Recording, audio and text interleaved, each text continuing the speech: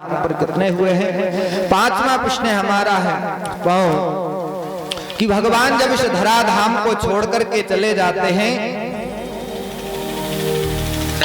तो धर्म किसकी शरण में रहता है। धर्म किम शरणम गता, क्योंकि भगवान का अवतार होता है धर्म की स्थापना करने के लिए। धर्म संस्थापनार्थायो संभवामि युगे युगे। तो भगवान जब इस धराधाम को छोड़कर चले जाते तो धर्म किसकी शरण में जाता है।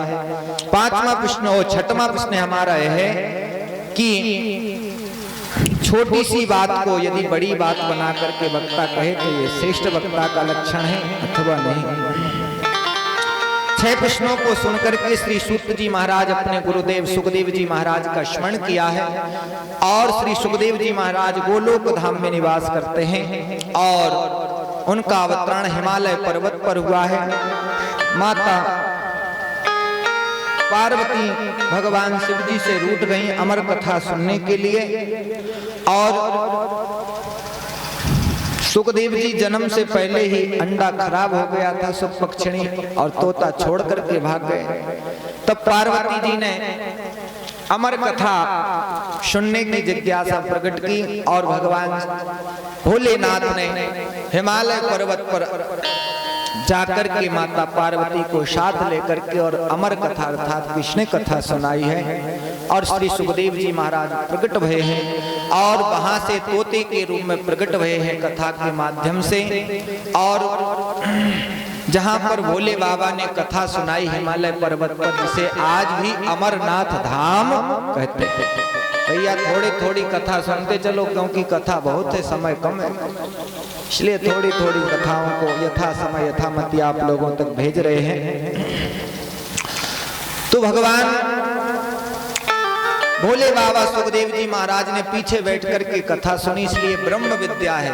भगवान की जो कथा है ब्रह्म विद्या है।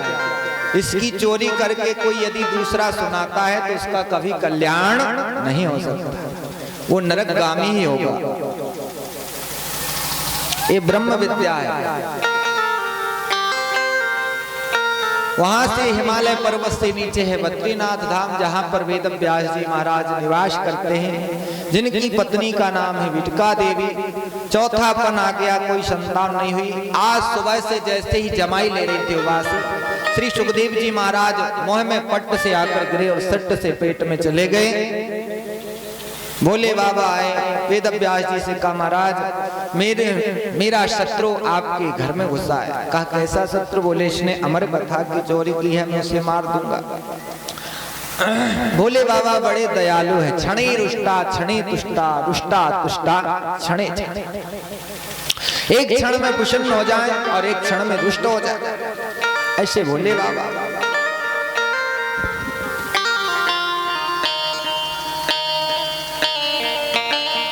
एक अच्छा दृष्टांत याद आ गया, जंगली क्षेत्र तो एक सुना देते हैं। एक गैया चराने वाला बरेदी था, सब जानते गाय चराने वाले।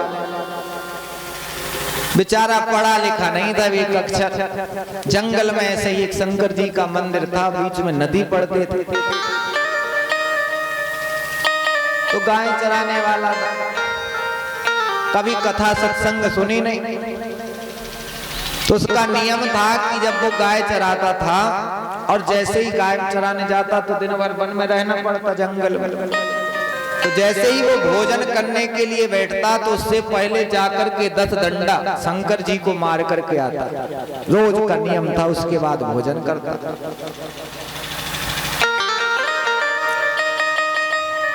बरसात का समय आया, इतनी बारिश हुई कि नदी चढ़ी हुई थी। नदी इतनी चढ़ी हुई थी कि किसी की हिम्मत नहीं, बाढ़ आ गई। अब जो भी शंकर जी के भक्त थे, कोई जल चढ़ाने वाला, कोई चंदन चढ़ाने वाला, कोई फूल चढ़ाने वाला, कोई दीपक जला के रखने वाला, कोई दूध चढ़ाने वाला, कोई पंचामृत चढ़ाने वाला, तो जितने भी भक्त आए नदी को देखा कि यह बाढ़ आई हुई है नदी में, तो सब नदी के तट पर ही भोले बाबा की पूजा करके चले गए। आज जैसे ही वह गाय चराने वाला ग्वाला बरेदी जैसे ही भोजन करने के लिए बैठा, उसे ध्यान आ गया अपना नियम कि आज मैं भोले बाबा को 10 डंडे मारने नहीं गया। तो जैसे ही ग्रास तोड़ करके खाने वाला था, तभी ध्यान आ गया, तो थाली में ग्रास रखा और डंडा उठाया और अपने कंधे पर रखा और चला। जैसे ही आया तो देखा नदी बाढ़ पर खूब तेजी से चल रही थी। लोगों ने बहुत मना किया, भैया डूब जाएगा, मर जाएगा, कहां जा रहा है। उसने किसी की एक नहीं सुनी और नदी में कूद गया। और जब नदी में कूद गया तो नदी बाढ़ में थी, जैसे तैसे छटपटाते भाई बहुत दूर जाकर के पार लगा। और जैसे ही शंकर जी के मंदिर के पास पहुंचा और जैसे ही 10 डंडे शंकर जी को मारे तो भोले बाबा प्रकट हो गए। बोलो भक्त वत्सल भगवान की जय हो। भोले बाबा ने कहा वरदान मांगो। अब भगवान प्रसन्न क्यों हो गए? क्या उसके डंडे मारने से भगवान प्रसन्न हो गए? भगवान इसलिए प्रसन्न हो गए कि तू ही मेरा सच्चा भक्त है, जो अपने जान की बाजी लगा करके मेरे दर्शन करने के लिए, अपना नियम पूरा करने के लिए आया है। बाकी तो सब मेरे नकली भक्त हैं, जो नदी के तट पर ही बाढ़ देख करके लौट गए। असली भक्त केवल तू ही है, जो अपने प्राणों की बाजी लगा करके भी मेरे दर्शन करने के लिए आया। तो नियम जीवन में यदि दृढ़ हो, संकल्प दृढ़ हो, तो भगवान कहीं भी मिल सकते हैं। क्योंकि भगवान कहते भैया मैं कहीं नहीं हूं, तुम्हारे सामने ही बैठा हूं, लेकिन तुम्हारे नेत्रों को पहचानने की जरूरत है। भगवान कहते हैं देश काल दिशे विदिशहु माहि, कहूं सो कहाँ जहाँ प्रभु नाहि।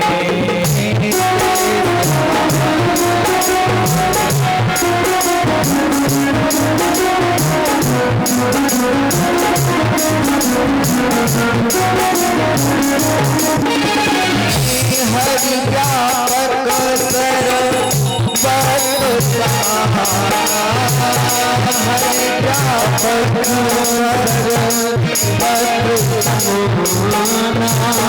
प्रेम